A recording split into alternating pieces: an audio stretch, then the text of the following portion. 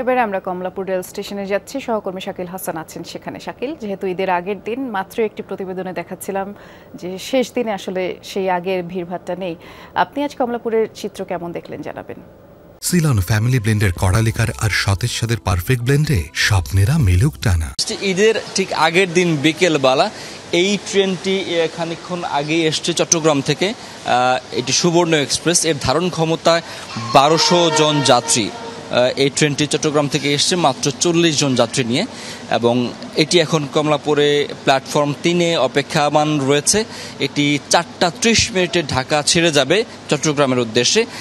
এখন পর্যন্ত এই ট্রেনের যাত্রী উঠেছেন, আমি যেটি ট্রেনের কর্মকর্তাদের মারফত খবর পেয়েছি, সর্বসাকুল্যে 200 জন, অর্থাৎ এখন পর্যন্ত আরও 1000 যাত্রী কিন্তু এই ট্রেনটি ধারণ করতে পারবে, কিন্তু কোনো যাত্রী নেই কমলাপুরে। এবং ঈদের আগের দিন যেহেতু অনেকের মধ্যে আশঙ্কা ছিল আজকে ঈদ হয় কিনা, এই কারণে কিন্তু গতকালই অনেকেই ভিড়ের মধ্যে ছাদে উঠে ধাক্কাধাক্কি করেও কিন্তু ঘরে ফিরে গেছেন।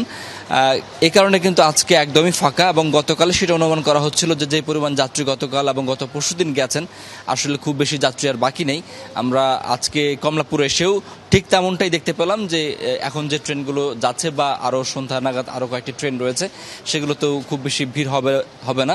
তবে এখন পর্যন্ত কমলাপুর কর্তৃপক্ষ আশা করছে যে এই সময়ের মধ্যে যদি আরও কয়েকজন যাত্রী আসেন তাহলে হয়তো তারা কিছু যাত্রী পাবেন এই ট্রেনটির জন্য, যেটি চট্টগ্রামের উদ্দেশ্যে ঢাকা। দেখছিলাম শাকিল, ধন্যবাদ।